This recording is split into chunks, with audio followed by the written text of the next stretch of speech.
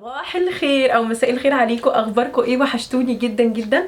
انا مروه يحيى، انا ميك اب ارتست وبروفيشنال يوتيوبر مصريه، والنهارده احنا هنعمل اللوك الرهيب الخطير الخطاره والرهابه ده مع بعض دلوقتي بمنتهى السهوله وبمنتهى الرقي وبمنتهى الروقان اللي في العالم. اوكي، ايه رايكم في اللوك يا جماعه؟ ايه رايكم في اللوك؟ لو عجبكم الفيديو ده وساعدك ان انت تنمي مهاراتك المكياجيه والفنيه والالوانيه، ما تنسيش انك تعملي سبسكرايب في القناه وتعملي لايك للفيديو، تشيريه مع صحابك وتكتبي لي بوزيتيف كومنت تحت، ويلا بينا نبتدي. اوكي يلا بينا نبتدي. اول حاجه عملت حواجبي اوف كاميرا اختصارا لوقت الفيديو، وهنبتدي دلوقتي ان احنا نرطب بشرتنا. هرطب بشرتي دلوقتي بجلو ريسيبي الووتر ميلون جلو الدوي دروبس، وهناخد انا اوريدي مرطباها او مجهزاها شويه لان بشرتي عطشانه الفتره دي، احنا في الربيع يا جماعه، انا بكره الربيع. اوكي، وهبتدي ان انا ارطب. جميل جدا جدا جدا، تحفه، بيرطب البشره جدا جدا، بيسيب ستيكي فيلينج كده علشان يهيئ لك البشره قبل الميك اب، فهو مثالي لي قبل الميك اب. بعد كده هستخدم، لا لسه ما جبتش فاونديشن من الاستوديو. اوكي، هستخدم درجه 42 بيج روز من شانيل. فاونديشن حلو قوي قوي على فكره يا جماعه، عجبني، ريح بشرتي مره فاتت، ما مش بعد ما خلصت التصوير حسيت ان بشرتي مرهقه زياده عن اللزوم. اوكي، وهستخدمه المره دي بفرشه عهود جبتها من الاستوديو، فرشتي المفضله لوضع الفاونديشن هي فرشه عهود 125. ما كانتش معايا الفيديو اللي فات للاسف، ما بحسش اي فرشه تانية في الفاونديشن الا هي. اوكي، ما هذا روعه يا جدعان، الفرشه بتفرق، ده قمر. مش محتاجه، انا هنزل كده خلاص، انا ام دان. بحط الفاونديشن زي ما انتم شايفين كده، ايه، بالضغط ده يا جماعه بيلوك الفاونديشن into your skin، يعني بيدخل الفاونديشن في المسام بتاعت الوجه تحت الشعيرات الصغيره الوبريه، فبيساعد اكتر ان الفاونديشن يلزق على بشرتك. بعد كده بعد ما حطيت الفاونديشن هبتدي طبعا ادمجه بالبيوتي بلندر. البيوتي بلندر بتاعتي برضو من عهود، وهي سوفر احسن بيوتي بلندر انا جربتها، والبنات اللي بيجوا عندي في الكورسات عارفين بيوتي بلندر عهود عندي ايه. ولا برضو لسه ما جبتش اي كونسيلر من الاستوديو، بس بصراحه انا مش هجيب، لان الكونسيلر اللي انا جربته الفيديو اللي فات اللي هو هدى بيوتي، والدرجه دي بالذات اللي هي شوجر بيسكت 3.5 ان، لا خطيره ورهيبه وخفيفه جدا جدا وفول كفرج جدا جدا. انتوا اكيد شايفين ان انا كان عندي عندي التهابات، على حبه تسبغات، على حبه قشور، على حبه كده تك تك تك تك تك تك حاجه كده من الجو لطيفه. اوكي، وحساسيه وحاجات كده، فحوالين الفم عندي مش الطف حاجه، فانا محتاجه كونسيلر يكون فول كفرج but yet light weight، يعني تغطيه تقيله قوي بس برضو يكون خفيف الوزن وخفيف القوام وخفيف الاحساس على البشره، عشان احنا ناس خلقها ضيق، فمش عايزين حاجه كتير، خصوصا السمايل لاينز. فبصراحه فاجئني. اوكي، هستخدم نفس الدرجه اللي انا استخدمتها الفيديو اللي فات. هزود شويه تحت العين النهارده علشان اللوك محتاج تحت العين هو يكون متغطي زياده عن اللزوم، والواحد صاحي من بدري ونايم متاخر. انا نايمه بعد الفجر الساعه 5:30، صاحيه 8، فاكسكيوز ماي اندر ايز، ولازم نغطيها بكميه محترمه شويه. اوكي، بعد كده هنبتدي نبلند الحاجات اللطيفه دي. اوكي، وهنبلند النهارده ميني بيوتي بلندر من براشيا باي سوما. هي الست النونو دي بتجيلك فيها قد ايه بقى؟ يعني مش بيجيلك منها واحده اتنين، لا بتجيلك منها 3. هفتحها معاكم، مش عايزه تتفتح. وهتلاقوا، تعالوا ما تخافوش، تعالوا اهو. هتلاقوا منها 3 ميني بيوتي بلندر، نفس اللون نفس الكواليتي الخطيره، وهستخدمها معاكم اهو. طبعا انا مستخدماها قبل كده في شغلي وهي تحفه، ومن كتر ما هي جميله انا خدت منها ليا. الحاجات اللي باخدها منها ليا لبشرتي انا عارفه ان هي توب، هاخد لنفسي افضل حاجه. اوكي، ابتدي ابلند. خلينا نبلند الاول اللي على الفم انستنت كفرج خطير يا جدعان. عدساتي وجمال عدساتي. عدساتي يا ولاد النهارده هيفا كوزماتكس درجه بانكيك. درجه بانكيك، الدرجه الخطيره المفضله عندي في الفواتح، في رماديات الفاتحه، تقلب على لبني فاتح لو انت هتعملي لوك على لبني زي النهارده، تقلب معاكي على ازرق، تقلب بصوا هي المفضله. انا لبستها، كنت منزلين فيديو في البيج الرسميه بتاعت هيفا، وكنت لابسه انا دي، كنت بعمل لموديل ميك اب بعدسات لونها تانية، سبت كل حاجه ومسكته في عدساتي انا. في عدساتي انا المفضله عندي من هيفا بانكيك ونوتيلا. صباح الفل. صباح الفل. That was today. كده بدري في نهار رمضان. Yes, Huda Beauty just shared me you guys. Yes, ده كان النهارده. Huda Beauty شايرتني يا جماعه المره ال 15,000. شو اللي جرالي بهدني، عشان كده انا يعني في مود حلو قوي. هدني. بعد كده هنثبت كل حاجه في مكانها تحت العين، باقي الوجه باستخدام لوز باودر هدى بيوتي درجه باوند كيك ببيوتي بلندر عهود.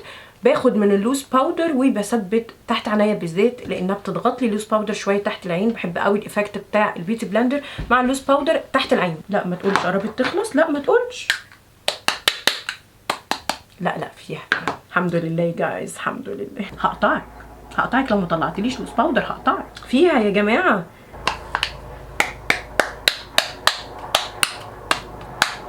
يلا حبيبتي، يلا انزلي. طلعت لي، لازم اطبل لها عشان تطلعني.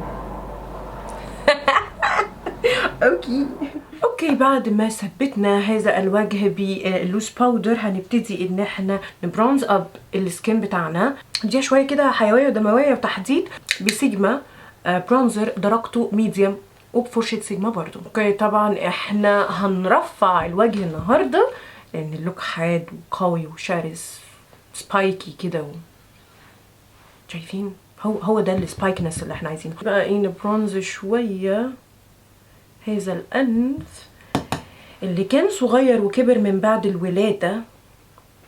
اوكي انا مش هتكلم.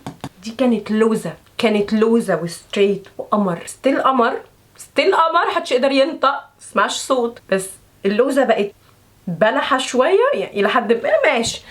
يلا كله عشان خاطر الليلي يا اولاد.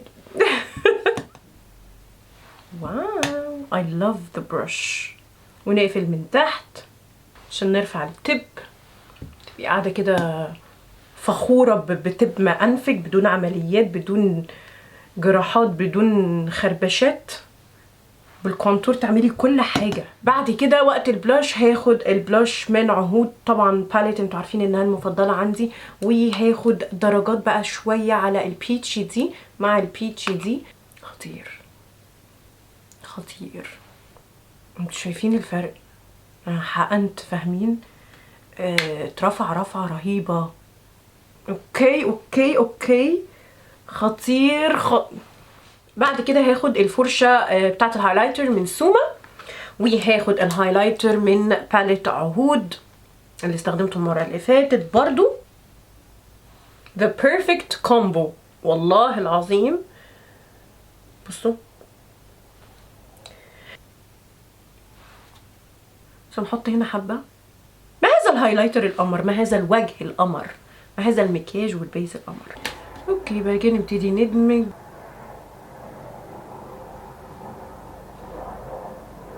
اوكي احنا كده خلصنا البيز بمنتهى السرعه، بمنتهى الهدوء، بمنتهى العسل. ودلوقتي ندخل على ايه؟ على الاي شادو في السريع. الاي شادو مش محتاج اصلا. هستخدم الاول بيز بلويس. طبعا هنستخدم الميني باليت من سيجما اسمها وورم نيوترالز، و اهي دفري اوسط جاي كمان في الدرجه اللي ما بلاقيهاش.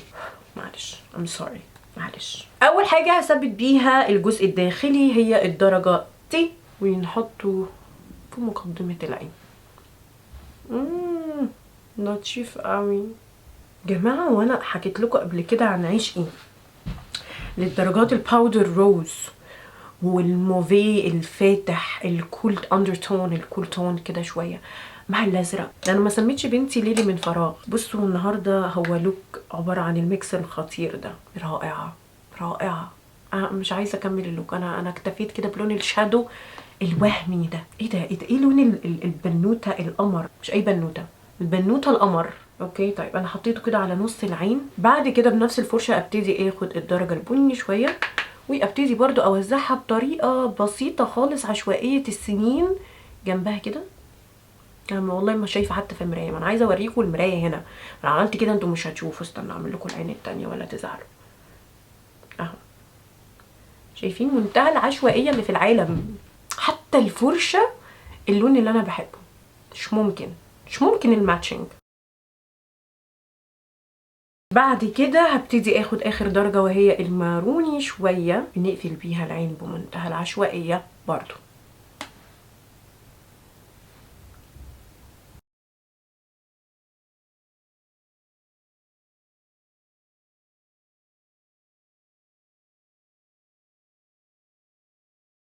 هاخد برضو من الدرجة المارونية شوية الأخيرة دي تحت العين. أوه. يا نهار أبيض، خطيرة وهم.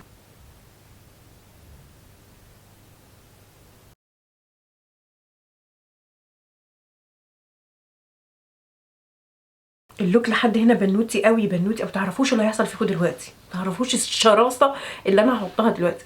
بصوا لحد هنا محبين الميك اب السيمبل، محبين الميك اب الهادي البنوتي، اهو توتوريال كامل توتوريال كامل. لوك بنوتي روزي قمري ربيعي وردي تحفه. محبين بقى المكياج الثقيل مثلي يكملوا معايا. ايلاينر والايلاينر انا هستخدم براو ات. في الايلاينر انا هستخدم براو ات جزء الايلاينر. اكسكيوز مي بقى، مرايه in front of me بقى، المرايه قدامي. مأثره عليكم في حاجه شباب؟ احنا هنعمل ايلاينر عباره عن ايلاينر التاتو. عارفين الاشكال التاتوهيه اللي بتتلزق دي تبان ان هي كانها ستيكرز او كانها تاتو؟ لا بقى، احنا ما بنلزقش، احنا بنرسم. هنرسمه وهنعمل الاشكال الغريبه دي، وبعد كده نعمل العين التانية. يس الفكره والله يا جماعه انا مش عارفه انا هعمل اشكال ايه. انا هعمل اشكال عشوائيه، واحتمال كبير في مخي طاقه قوي ان انا اعمل العين دي غير العين دي، او هعمل العين الاثنين. فانا ما اعرفش، انتوا هتعيشوا معايا. انا هرسم واللي هيطلع اوكي. يلا بينا.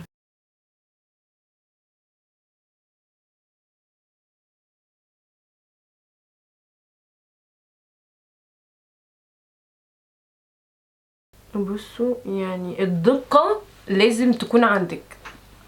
اللوك ده لو انت عايزه، انا بتكلم وانا بعمل ايلاينر. شو ايه ده؟ استنى انا بفكي اصلا. اللوك ده لو انت عايزه تثبتي نفسك قدام نفسك، عايزه تعندي مع نفسك، عايزه تتدربي، عايزه تتحدي نفسك، اللوك ده بجد يعني الدقه وال عارفين كده والله العظيم. انتوا مش متخيلين اللوكات دي بتخليني، طب وحياة ربنا ما انا واكله النهارده الا لما اعملك. عارفين كده؟ هو ده. قلم بيخلص ولا ايه؟ لا انا مش جايبه غيرك من الاستوديو، لا اوعى اقفش عليك، ده انت حبيبي. اوكي very nice. اعمل خط كده وخط كده، ولا اعمل دوريه؟ لا بلاش دوريه. اعمل خط، اعمل هنا انر كورنر مثلا، واطلع كده واقوم طالعه كده. الله اوكي حلو قوي، حلو قوي قوي قوي الفكره دي. استنى بصوا صدمه نفسيه وعصبيه.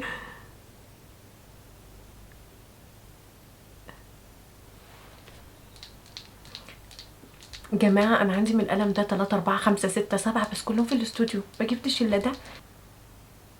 لا هو اكيد بيعمل كده، بس هو بيحب يخضنا، لكن هو ان شاء الله هينزل. هينزل ان شاء الله. الحمد لله. اوكي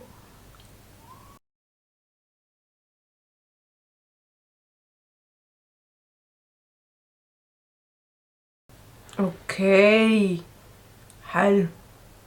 طب نعمل ايه تاني؟ احنا اولموست خلصنا العين دي، بس محتاجه حبه تعديلات بس هسيبها. عايزه الحق اعمل العين التانية وانا مركزه وانا مش مصدعه.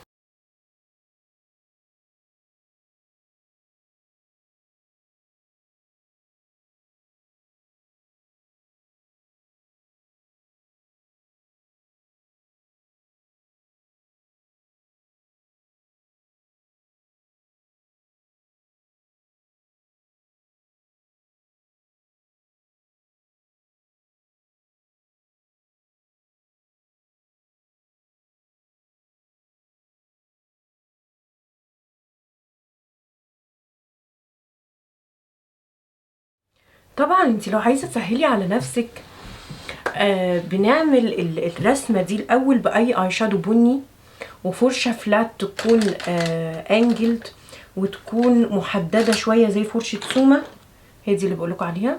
تمام. وبتحملي بالشادو الاول، وبعد كده بتبتدي تمشي بالفلوماستر. ولكن انا عملت التكنيك ده قبل كده في فيديو التايجر ايز، هحط لكم هنا اللينك هيطلع فوق، دوسوا عليه. تكنيك ان احنا نمشي باي شادو الاول ده كان اسهل كتير، وبعد كده نمشي بالخطوط السوداء الواضحه الصريحه. ولكن انا بحاول ان انا اليفل اب من مستوى متابعين. يعني ايه؟ يعني اخدكم نطلع بالمستوى الاعلى، ان انت ترسمي دايركت على الجفن من منتهى الدقه بالفلوماستر. ف وانا برسم بصراحه وقفت قلت لا، افرضي في ناس لسه اول مره يتابعوني، لسه مش ماشيين معانا نفس خطوات التعليم او نفس المنهج او نفس السيستم. فقلت خلاص انا هقف وهاجي في الاضافات دي وهعملها بالشادو الاول عشان اوريكم التكنيك، وبعد كده نعملها بالفلوماستر.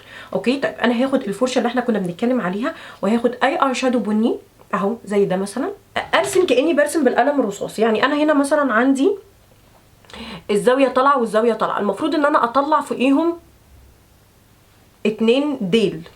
اوكي. فهبتدي من هنا امشي كده، ايه شايفين؟ يعني يا رب تكونوا شايفين حاجه بسيطه قوي بالشادو، بحيث ان لو طلعت غلط اقدر اعدل في الزوايا والسمك بتاع القلم. وابتدي اخدها ارجعها تاني، اخد شادو. خلي بالكم يا جماعه كميه الشادو اللي انا واخداها مفيش.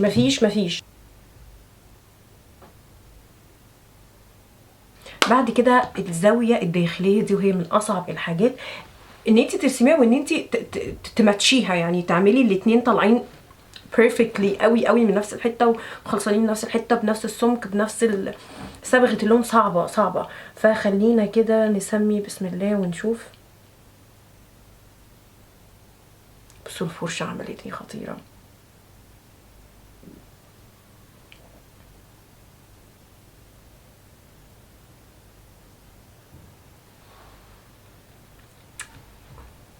لسه التكنيك ده بينجح، كل مره بينجح. طيب انا كده بس فاضل لي رسمه الديل الاخير اللي هنا ده، واخده كيرف هي على فوق ومتختخه شويه. اوكي. ده كده المخطط الاولي. تعالوا بقى ايه نتقل عليه بالقلم.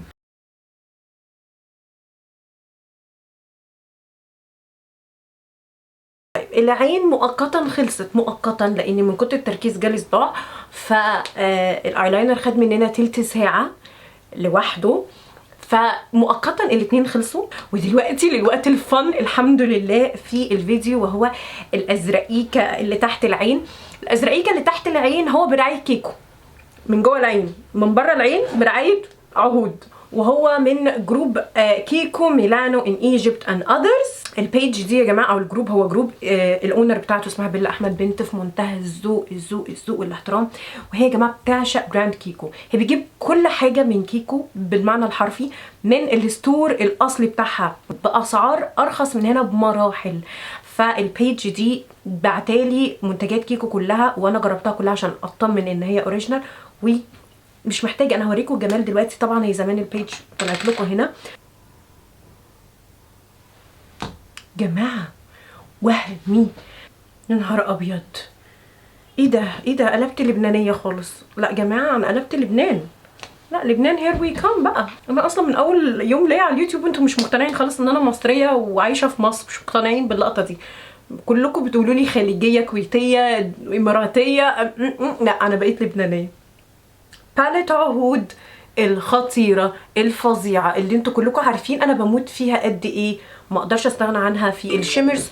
وانا مش محتاجه اني اقول لكم اللون اللي انا هستخدمه منها، وهو الازرق. شفتوا سوايب واحده طلعت ايه؟ ده هحطه تحت عيني. جماعه الكواليتي بتاعت الشيمر هو كانه جلاتر لازق بدون اي صمغ او اي حاجه.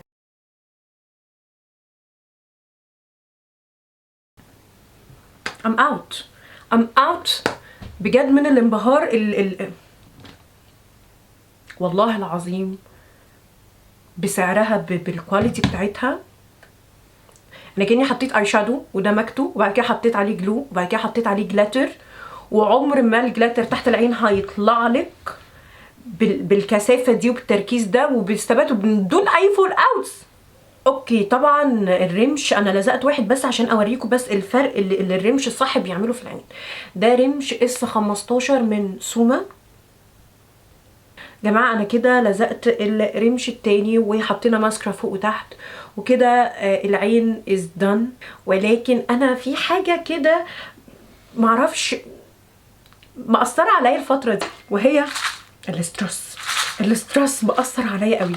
جماعه انا عايزه هحط سترس، مش هحرم نفسي، ده اللوك بتاعي وانا اللي تعبانه فيه. اوكي هحط سترس. احنا لزقنا السترس الخطير. جماعه انا قافشه على السترس، انا قافشه عليه وعاجبني وهفضل اعمله. اوكي وهو ده هيبقى السيجنتشر لوك بتاعي، سيجنتشر مروه يحيى هو السترس. اوكي طيب دلوقتي وقت الروج واحنا هنتخانق مع بعض في الروج. انا هعمل 2 لوكس. هعمل لوك النود العادي جدا باستخدام احلى لون روج نود واتكلمت عنه قبل كده. احلى حاجه فيه ان هو على بيج وهو عهود. جماعه الروج ده نهار ابيض. بصوا درجه ايه دي، درجه سدوس. احدد شفايفي بقلم بني من الخارج وبكده نكون خلصنا لوك النهارده. ايه رايكم انا عاجبني جماعه، انا عاجبني قوي قوي قوي قوي. بصوا انا هستناكم في يوم الدعم. يوم الدعم هيكون بعد ما هننزل الفيديو ده بكام يوم، هنعلن عنه على الانستجرام بتاعي اهو، علشان تابعوني يا جماعه. حاطه لكم كل اللينكس بتاعت السوشيال ميديا بتاعتي تحت، فيسبوك، انستجرام، واتساب، سناب شات، تيك توك اند كواي. 6 ابلكيشن غير اليوتيوب، 7 منصات علشان اتواصل معاكم. حاطه لكم اللينكات كلها تحت. و انا كده خلصت. يا رب يكون اللوك عجبكم، يا رب يكون عجبكم زي ما عجبني. ما تنسوش تعملوا لايك للفيديو، تكتبوا لي كومنت ايجابي عشان عايز اقرا كل الكومنتس بتاعتكم الحلوه. وهسيبكم مع الفاينل لوك. بس برضو انا هعمل تعديل بسيط كده في الروج، حاجه بسيطه مش افوره، ما تقلقوش، بسيطه خالص خالص. واحط لكم الفاينل لوك بالتو لوكس وتكتبوا لي ايه رايكم. يلا باي باي.